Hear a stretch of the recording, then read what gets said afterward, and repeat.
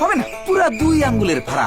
যেই জিপিএ পাইছো মিয়া, পাস না ফেল বোঝা মুশকিল। আপনি কইলেও হইতো না। শ্বশুর বাড়ির আবদার। তাহলে রতনের কি হইলো? চাচা, এক কথার কতবার কমু আপনারে?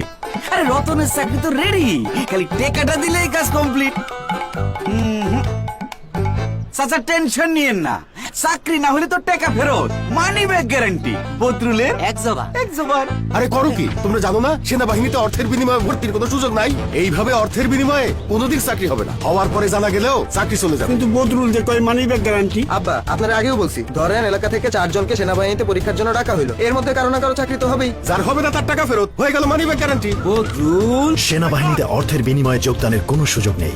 দালাল কিংবা প্রতারক হতে সতর্ক থাকুন। কেউ আর্থিক লেনদেন সহ কোনো প্রকার প্রতারণা করার চেষ্টা করলে তাকে নিকটস্থ আইন প্রয়োগকারী সংস্থার নিকট সোপর্দ করুন। বাংলাদেশ সেনাবাহিনী।